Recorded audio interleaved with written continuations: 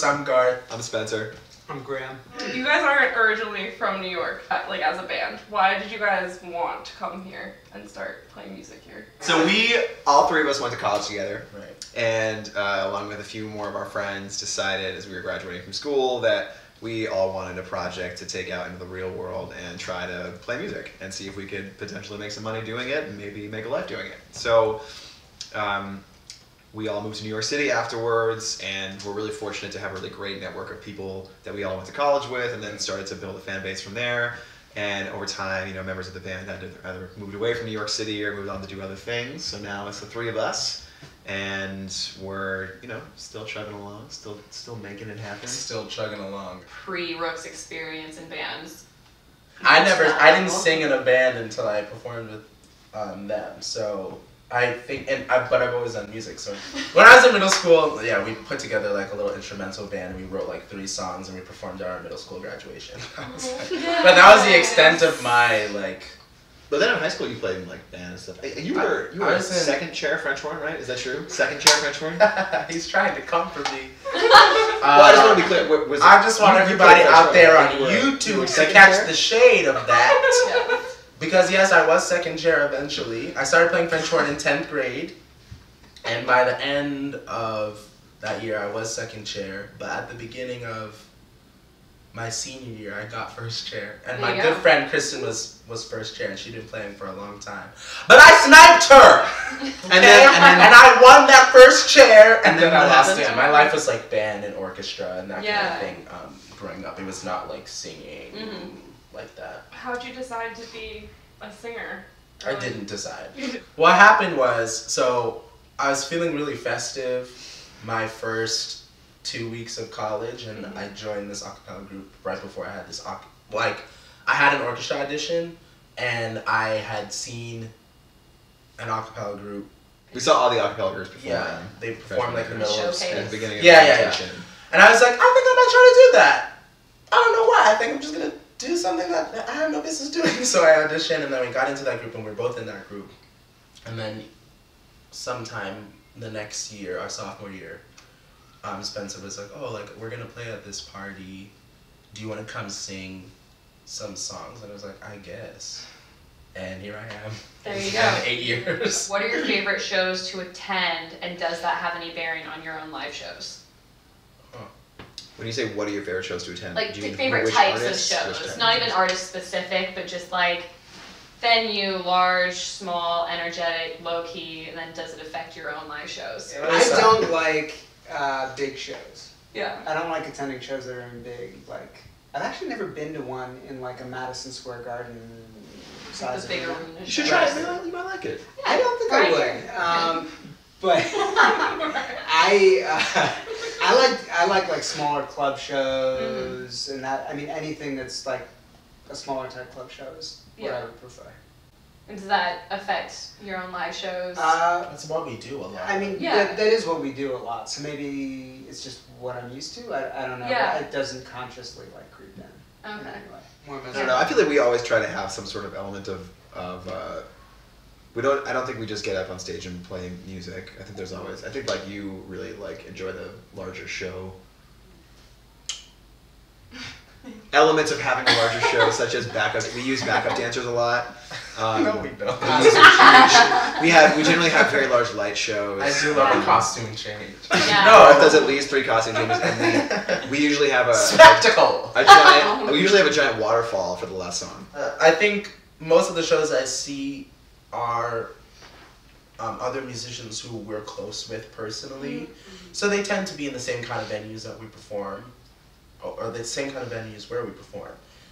So I feel like I'm most used to that. I feel like the biggest show I've probably ever seen was Solange at Irving Plaza. This was a couple of years ago. And she was excellent. And there wasn't a lot of, that was my first time seeing her, and there weren't a lot of bells and whistles, but like her backup singers were on point, her band was on point. They just had a few little platforms and some lights, and it was like, that's the kind of thing that I would love to see for our group. And you know, there's things that are choreographed, there are things that are loose, there's, you know, big sounds, there's good transitions and things like that. So I feel like that was a really I feel like it impressed upon me kind of a model for what we could possibly do like on our level. Yeah. So. A lot of bands always like talk about the day they get to come play in New York City, and you guys are like a local New York City band. Yeah. So what is that like to have like New York City be like your small scene? I think that there's a lot of opportunity in New York City. There are also a lot of people who move to New York City to be musicians. So you're dealing with It's a crowded field. Yeah, it's very, very crowded, but at the same time, there's so much you can do, and there's so many places to play. Like when we go and we play in places where that's not the case, it seems like almost everybody in the city just comes to this one bar to hang out. They don't really care who's playing; they just come to hang out. And here, I feel like you need to give people a reason to come to a show because there's so many going on. There's so many going on. You have to get on the subway. The L is too crowded. It's raining. It's snowing. Does that make you guys like feel the need to like try harder to like use like social media or different things to get yourselves out there? I don't think it makes us musically try harder. I think promotionally it probably does. We basically just phone it in on stage. Yeah, we've always just phoned it in musically. I think, well, we were lucky when we came here, as we kind of mentioned earlier, because, we went to Wesley and a bunch of people from our class and classes before us live in the city, moved to the city, so we kind of had a built-in fan base when we started, which people who come from, any other circumstance may not have that, and they're kind of starting from square number one. Yeah. Square number one. And we didn't have to do that, so we were able to kind of work that angle for a long time, and then when we were doing residencies and weekly shows, and they went very well, but from there it's kind of like you can only play so much before people are like, yeah, I'll get to see them here, or I'll get to see them there, So we started performing in other cities, and we've started performing less frequently in the cities to make it more special for when we do play in the city, which the next time will be December 31st at Lovecraft Bar on Avenue B. Please visit www.therooksband.com for tickets. The other thing that I think, which is funny, is that when you go other places in the country, people are really excited that you're from New York, like you're from New York, which I've never understood, but There's like a it's cachet. Right. Yeah, there is and we're kind of like, I just pay a lot of taxes and we just have really high rent. Not suffocate on the subway. Good pizza, high rent. That's all we have to offer. Yeah, it's a great city though.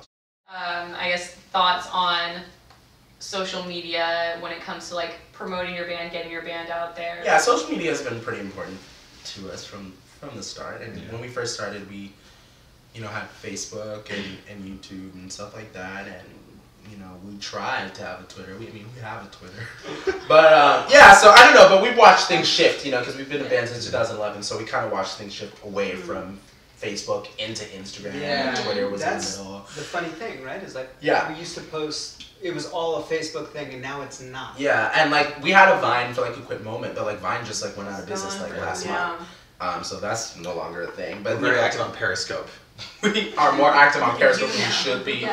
But now there's Facebook Live, and like even within like the 8 months that's been around, it's kind of like, well, when do we do it? We've done it once. Do you have anything else you want to add? www.therooksband.com at the Rooks Band on all social media. So we do have a show coming up. We're playing on December 31st on New Year's Eve. So if anybody's looking for something to do here in New York City on New Year's Eve, you can come to Lovecraft. We'll be playing. We'll be bringing people into the new year at Lovecraft. So. Yeah, I think information for that is on our website. Awesome. Which you can see down below. Yeah. We are also, because recording an album is so expensive, raising money to record our album on Kickstarter. So if we seem like likable people who you might want to help out, that would be very helpful. At this link below.